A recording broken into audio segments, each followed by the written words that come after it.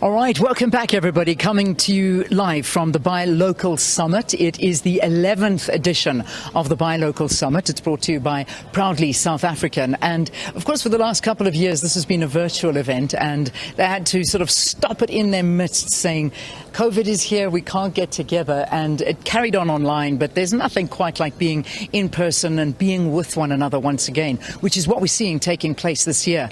A whole mix of different South African companies and products that are there in the market. You probably don't even know about them, and they are trying to employ South Africans. They're feeding the economy. They're ensuring that businesses survive, and this is what is so incredible. I mean, there's such an array of businesses on show here. In fact, this is the biggest exhibition they've had so far. I think they've got about 240 exhibitors here, all kind of trying to ensure that South Africans understand the value of buying local. Alcohol manufacturers, I know it's early in the morning, but believe me, there's a whole row of gin producers and wine producers, travel agencies.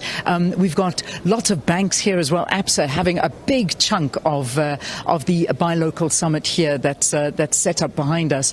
We've also looking at a lot of the medical companies that are here. I'm right next to Aspen, Brand SA, MTN. I mean, you name it.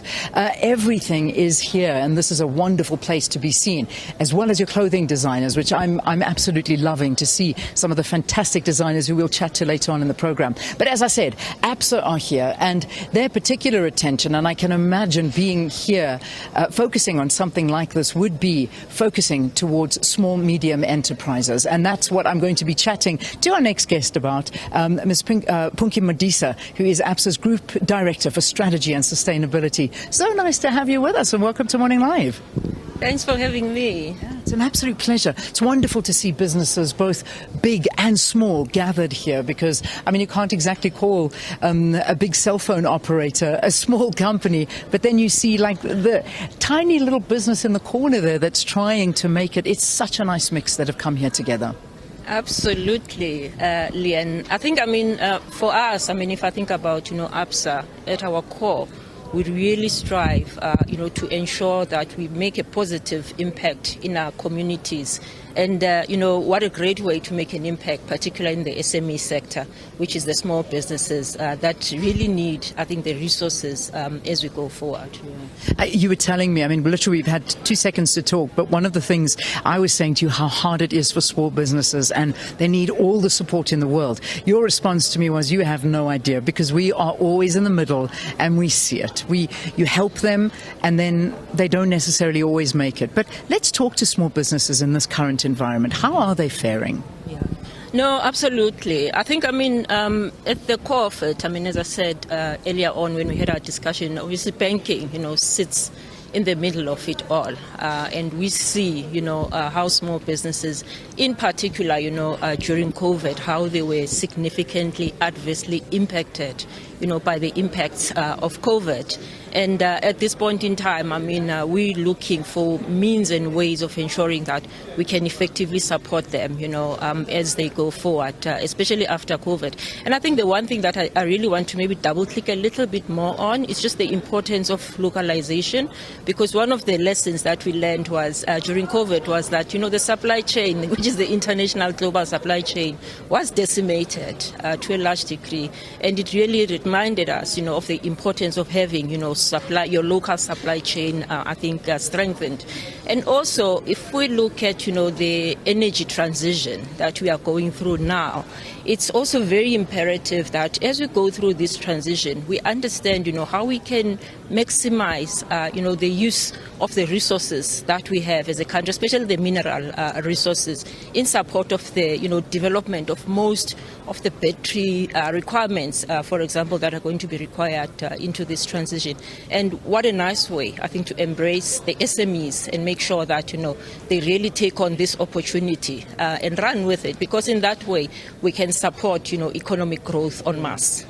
Talk to us about localization, because that really is the key word at the moment, is, and perhaps for South Africans to better understand what localization is. That's something everybody talks about and we all try and achieve, but maybe getting a better perspective of what localization is and the benefits that we have as a country because of it. So, Leanne, reality is that, from a South Africa point of view, at this point in time, we've got very high unemployment rate. and that is our reality, and localization largely means creating jobs locally, to reduce the level of unemployment, because we cannot afford a situation as a country where you've got 50% of the people are not gainfully employed. So really localization is about ensuring that more and more people can be gainfully employed, and they can have their own dignity and take care of their families at the end of the day. It's all about that. Yeah. And it's about being conscious as a person who is buying and purchasing, and knowing that the product that you're buying is South African made. It is here, it hasn't been imported, and we're not saying we must become an island, because we can't function as an island. It doesn't work. However, we need to support our own where we can.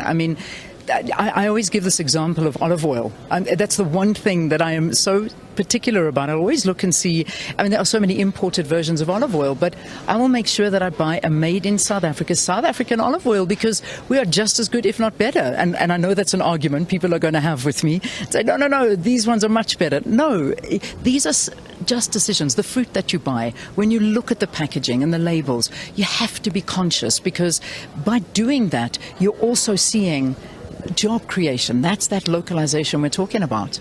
Absolutely. One phrase that really resonates very well with me as you were talking is charity begins at home. And what a best way, I think, of really making sure that we drive, that narrative going forward, in terms of ensuring that we support, our own people. Because if we can support, our own consumption and support it in the right way, very quickly, I think economic growth in this country will sit at 4-5%, which is the level that we require for us to really reduce the unemployment level going forward.